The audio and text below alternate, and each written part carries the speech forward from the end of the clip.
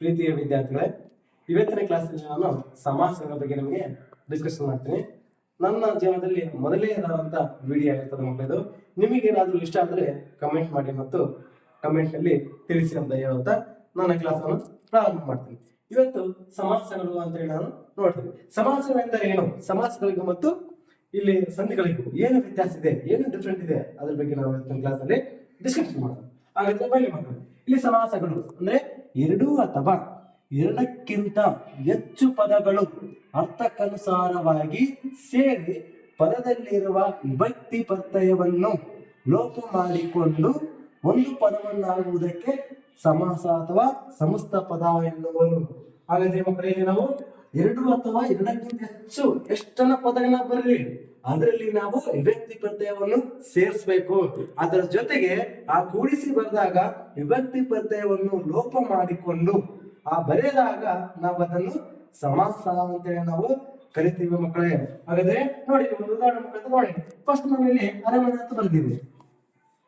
ಅರಮನೆ ಅಂತ ಬಿಡಿಸ್ಬೇಕಂದ್ರೆ ಇಲ್ಲಿ ನಾವು ಅರಸನ ಪ್ಲಸ್ ಮನೆ ಎಂತಂದ್ರೆ ಅರಮನೆ.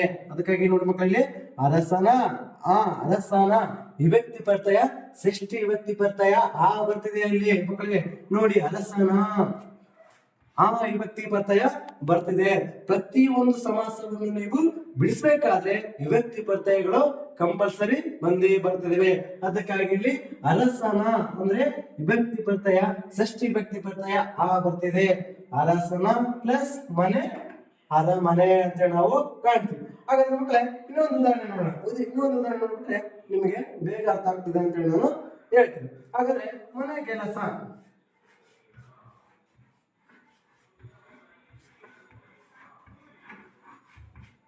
ನಾವು ಮನೆ ಕೆಲಸ ಅಂತ ಹೇಳಿ ನಾವು ಬಿಡಿಸ್ಬೇಕಂತಂದ್ರೆ ಯಾವ ರೀತಿಯಾಗಿ ಬಿಡಿಸ್ಬೇಕು ಅಂದ್ರೆ ಸಂಧಿಗೆ ಏನ್ ವ್ಯತ್ಯಾಸ ಮತ್ತು ಸಮಾಸಕ್ಕೆ ಏನ್ ವ್ಯತ್ಯಾಸ ಅಂತ ಈಗ ತಿಳ್ಕೊಳ್ಬೇಕು. ಮನೆ ಕೆಲಸ ಅಂದ್ರೆ ನಾವು ಈಗ ಸಮಾಸವನ್ನು ಬಿಡಿಸ್ಬೇಕಂತಂದ್ರೆ ನಾವು ಅಲ್ಲಿ ವಿಭಕ್ತಿ ಪ್ರತ್ಯಯವನ್ನು ನಾನು ಸೇರಿಸ್ಬೇಕಂತ ಹೇಳಿದ್ದೀನಿ. ಅದು ಯಾವ ರೀತಿಯಾಗಿ ಸೇರಿಸ್ತೀವಿ ಅಂತಂದ್ರೆ ನೋಡಿ, ಇಲ್ಲಿ ಮನೆಯ ಅಧಿಕ್ ಕೆಲಸ ನೋಡಿ ಮಕ್ಕಳ, ಇಲ್ಲಿ ವಿಭಕ್ತಿ ಪ್ರತ್ಯಯವನ್ನು ಇಲ್ಲಿ ಮನೆಯ ವಿಭಕ್ತಿ ಪ್ರತ್ಯಯ ಷಷ್ಠಿ ವಿಭಕ್ತಿ ಪ್ರತ್ಯಯ ಬಂದಿದೆ. ಮನೆಯ ಮತ್ತು ಅಧಿಕ್ ಕೆಲಸ ಏನಾಗುತ್ತೆ ಅಂದ್ರೆ ಮನೆ ಕೆಲಸ. ಇದು ಸಮಾಸಕ್ಕೆ ಉದಾಹರಣೆ ಮಕ್ಕಳೇ. ಸಮಾಸಕ್ಕೆ ಅಂತಂದ್ರೆ ವಿಭಕ್ತಿ ಪ್ರತ್ಯಯ ಬಂದಿದೆ. ಹಾಗಾದ್ರೆ ಸಂಧಿಗೆ ಏನು ಡಿಫ್ರೆಂಟ್ ಅಂತಂದ್ರೆ ಇಲ್ಲಿ ನಾವು ಸಂಧಿ ಬಿಡಿಸ್ಬೇಕಂತಂದ್ರೆ ಮನೆ ಪ್ಲಸ್ ಒಂದು ನಿಮಿಷ ಮಕ್ಕಳೇ, ಇಲ್ಲೇ ನಾವು ಸಮಸ್ಯೆಗೆ ನಾವು ಉದಾಹರಣೆ ನೋಡ್ತೀವಿ ಮಕ್ಕಳೇ. ಹಾಗಾದ್ರೆ ಸಂಧಿಗೆ ಏನು ಡಿಫ್ರೆಂಟ್ ಇದೆ ಇದರಲ್ಲಿ ಅನ್ನೋದು ನೋಡೋಣ. ಇದನ್ನ ನಮಗೆ ನಾವು ಸಂಧಿ ಬಿಡಿಸ್ಬೇಕಂತಂದ್ರೆ ಇಲ್ಲಿ ಮನೆ ಪ್ಲಸ್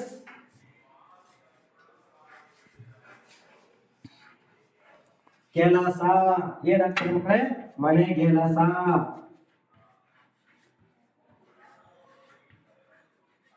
ಮನೆ ಕೆಲಸ ಅಂದ್ರೆ ಇದು ನಾವು ಮನೆ ಪ್ಲಸ್ ಕೆಲಸ ಮನೆ ಕೆಲಸ.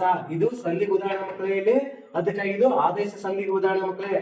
ಯಾಕಂತಂದ್ರೆ ಇಲ್ಲಿ ಮನೆಯ ವಿಭಕ್ತಿ ಪ್ರತ್ಯಯ ಷಷ್ಠಿ ವಿಭಕ್ತಿ ಪ್ರತ್ಯಯ ಬಂದಿದೆ. ಇಲ್ಲಿ ಮನೆ ಎಂಬುದೇನಾಗಿದೆ ಮಕ್ಕಳೇ, ಇದು ಯಾವುದೇ ರೀತಿಯಾಗಿ ವಿಭಕ್ತಿ ಪ್ರತ್ಯಯವನ್ನು ಬಂದಿಲ್ಲ. ಅದಕ್ಕಾಗಿದ್ದು ನಾವೇನಂತ ಮಕ್ಕಳೇ ಸಂಧಿಗೆ ಉದಾಹರಣೆ ಅಂತ ಹೇಳಿ ಕರಿತೀವಿ. ಅದಕ್ಕಾಗಿ ಇದರಲ್ಲಿ ಡಿಫ್ರೆಂಟ್ ಮಾಡಿ ಗೊತ್ತಾಗ್ಬಿಡ್ತೀವಿ. ಮನೆಯ ವಿಭಕ್ತಿ ಪ್ರತ್ಯಯ ಬಂದಿದೆ ಬಂದಿದೆ. ಅದಕ್ಕಾಗಿ ಇಲ್ಲಿ ಅಧಿಕ್ ಕೆಲಸ ಮನೆ ಕೆಲಸ. ಇದು ಸಮಾಸಕ್ಕೆ ಉದಾಹರಣೆ ಮಕ್ಕಳೇ. ಹಾಗಾದ್ರೆ ನಾವು ಸಂಧಿಗೆ ಉದಾಹರಣೆ ಅಂತಂದ್ರೆ ಮನೆ ಪ್ಲಸ್ ಕೆಲಸ ಮನೆ ಕೆಲಸ ಅಂದ್ರೆ ಯಾವುದೇ ರೀತಿಯಾಗಿ ಪದಗಳು ಬರಂಗಿಲ್ಲ. ಅದಕ್ಕಾಗಿ ಇದನ್ನ ನಾವು ಏನಂತ ಕರಿತೀವಿ ಮಕ್ಕಳು, ಇದನ್ನ ಸಂಧಿಗೆ ಉದಾಹರಣೆ ಅಂತ ಹೇಳಿ ನಾವು ಕರಿತೀವಿ ಮಕ್ಕಳು. ಹಾಗಾದ್ರೆ ಇಲ್ಲಿ ನೋಡಿ, ಎರಡು ಅಥವಾ ಎರಡಕ್ಕಿಂತ ಹೆಚ್ಚು ಪದಗಳು ಅರ್ಥಕ್ಕನುಸಾರವಾಗಿ ಒಂದು ಪದವನ್ನು ಬರಿಬೇಕಂತಂದ್ರೆ ಅದರ ಅರ್ಥವನ್ನು ಹೊಂದಿರಬೇಕು ಮಕ್ಕಳೇ. ಮನೆಯ ಷಷ್ಠಿ ವ್ಯಕ್ತಿ ಪ್ರತ್ಯಯವನ್ನು ಬಂದಿದೆ. ಆ ಪದಗಳು ಏನಾಗಿದೆಪ್ಪ ಅಂತಂದ್ರೆ ಅರ್ಥಕ್ಕನುಗುಣವಾಗಿದೆ ಮಕ್ಕಳೇ. ಅದಕ್ಕಾಗಿ ಅರ್ಥಕ್ಕನುವಾಗಿ ಸೇರಿ ಮಧ್ಯದಲ್ಲಿರುವ ವಿಭಕ್ತಿ ಪ್ರತ್ಯಯವನ್ನು ಲೋಪ ಮಾಡಿಕೊಂಡು ಮಧ್ಯದಲ್ಲಿರುವ ವಿಭಕ್ತಿ ಪ್ರತ್ಯಯ ಮಕ್ಕಳೇ ನೋಡಿ, ಮಧ್ಯದಲ್ಲಿರುವ ವಿಭಕ್ತಿ ಪ್ರತ್ಯಯವನ್ನು ಲೋಪ ಮಾಡಿಕೊಂಡು ಅಂದ್ರೆ ಬಿಟ್ಟು ಹೋಗಿಕೊಂಡು ಏನಾಗ್ತಪ್ಪ ಅಂದ್ರೆ ಮಾಡಿಕೊಂಡು ಒಂದು ಪದವಾಗುವುದಕ್ಕೆ ಅಂದ್ರೆ ಬಿಟ್ಟು ಹೋಗ್ಬೇಕು. ನಾವಿಲ್ಲಿ ವಿಭಕ್ತಿ ಪ್ರತ್ಯಯ ಯಾವಿದೆ ಇಲ್ಲಿ ನಾವು ಕಂಪ್ಲೀಟ್ ಆಗಿ ಬೆಳೆಸ್ಕೊಂಡ್ರೆ ಮನೆ ಕೆಲಸ. ಅದನ್ನ ನಾವೇನ್ ಮಾಡ್ತಕ್ಕಂಥ ಕೂಡಿಸಿ ಬರೆದಾಗ ವಿಭಕ್ತಿ ಪ್ರತ್ಯಯವನ್ನು ಬಂದಿರ್ತಾರೆ ಅದನ್ನ ಅದನ್ನ ಬಿಟ್ಟು ಹೋಗಿ ಅವಾಗ ಪೂರ್ತಿ ಸೆಂಟೆನ್ಸ್ ಹೇಳಿದಾಗ ಮನೆ ಕೆಲಸವಾಗ್ತದೆ ಮಕ್ಕಳೇ. ಅದಕ್ಕಾಗಿ ವಿಭಕ್ತಿ ಪ್ರತ್ಯಯವನ್ನು ಲೋಪ ಮಾಡಿಕೊಂಡು ಅಂದ್ರೆ ಇದನ್ನ ಬಿಟ್ಟು ಹೋಗಿ ಬಿಟ್ಟುಕೊಂಡು ಒಂದು ಪದವಾಗುವುದಕ್ಕೆ, ಒಂದು ಪದವಾಗಿದೆ ಮನೆ ಕೆಲಸ, ಒಂದು ಪದವಾಗುವುದಕ್ಕೆ ಅದೇ ಸಮಾಸ ಅಥವಾ ಸಮಸ್ತ ಪದ ಅಂತೇಳಿ ನಾವು ಕರಿತೀವಿ ಮಕ್ಕಳೇ. ಇದಿಷ್ಟು ಏನಪ್ಪಾ ಅಂತಂದ್ರೆ ನಮಗೆ ಸಮಾಸದ ಬಗ್ಗೆ ನಾವು ತಿಳಿಬಹುದು ಮಕ್ಕಳೇ. ಮಕ್ಕಳೇ ಇವಾಗ ನೋಡಿ ಇನ್ನೊಂದು ಪದ ಬಂದಿದೆ ನೋಡಿ, ಗಿಡ ಮರ ಬಳ್ಳಿಗಳು.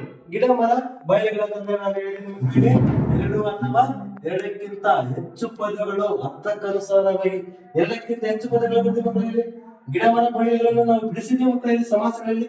ಏನಂತ ಬಿಡಿಸಿದ್ರೆ ಗಿಡಗಳು ಅಧಿಕ್ ಮರಗಳು ಅಧಿಕ್ ಬಳ್ಳಿಗಳು.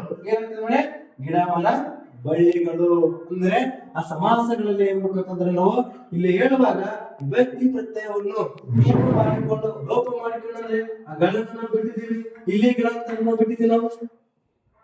ಅದಕ್ಕಾಗಿ ನಾವು ವಿಭಕ್ತಿ ಪ್ರತ್ಯಯವನ್ನು ಲೋಪ ಮಾಡಿಕೊಂಡ್ರೆ ಬಿಟ್ಟುಕೊಂಡು ಅದನ್ನು ನಾವೇನ್ ಮಾಡ್ಬೇಕಂದ್ರೆ ಪದಗಳನ್ನು ಬರೆದಾಗ ಒಂದು ಪದವಾಗುವುದಕ್ಕೆ ಅದೇ ನಾವು ಸಮಾಸ ಅಥವಾ ಸಮಸ್ತ ಪದ ಅಂತ ನಾವು ಕರೀತೇವೆ ಮಕ್ಕಳೇ. ಅದಕ್ಕಾಗಿ ಗಿಡ ಮರ ಬಳ್ಳಿಗಳು, ಗಿಡಗಳು ಅಧಿಕ್ ಮರಗಳು ಅಧಿಕ್ ಬಳ್ಳಿಗಳು, ಗಿಡ ಮರ ಬಳ್ಳಿಗಳು. ಇದಿಷ್ಟು ಏನಪ್ಪಾ ಅಂತಂದ್ರೆ ಸಮಾಸ ಎಂದರೇನು, ಸಮಾಸಗಳಲ್ಲಿ ಅರ್ಥ ಇದಿಷ್ಟು ಮಕ್ಕಳೇ. ನೆಕ್ಸ್ಟ್ ಏನ್ ಮಾಡ್ತಂದ್ರೆ ನಾವು ಸಮಾಸಗಳಲ್ಲಿ 8 ಪ್ರಕಾರದ ವಿಧಗಳನ್ನಾಗಿ ನಾವು ಕಾಣ್ತೇವೆ ಮಕ್ಕಳು. ಆ 8 ಪ್ರಕಾರಗಳಲ್ಲಿ ಮೊದಲನೇದಾಗಿ ತತ್ಪುರುಷ ಸಮಾಸ, ಎರಡನೇದಾಗಿ ಕರ್ಮಧಾರಯ ಸಮಾಸ, ಆಮೇಲೆ ದ್ವಿಗು ಸಮಾಸ, ಹಂಸಿ ಸಮಾಸ, ಕ್ರಿಯಾ ಸಮಾಸ, ಬಹುರಿ ಸಮಾಸ, ಗಮಕ ಸಮಾಸ. ಇವೆಲ್ಲ ಸಮಾಸದ ಬಗ್ಗೆ ನೆಕ್ಸ್ಟ್ ಕ್ಲಾಸ್ ಅಲ್ಲಿ ನಾವು ಡಿಸ್ಕಷನ್ ಮಾಡೋಣ ಅಂತ ಹೇಳುತ್ತಾ ಧನ್ಯವಾದಗಳು.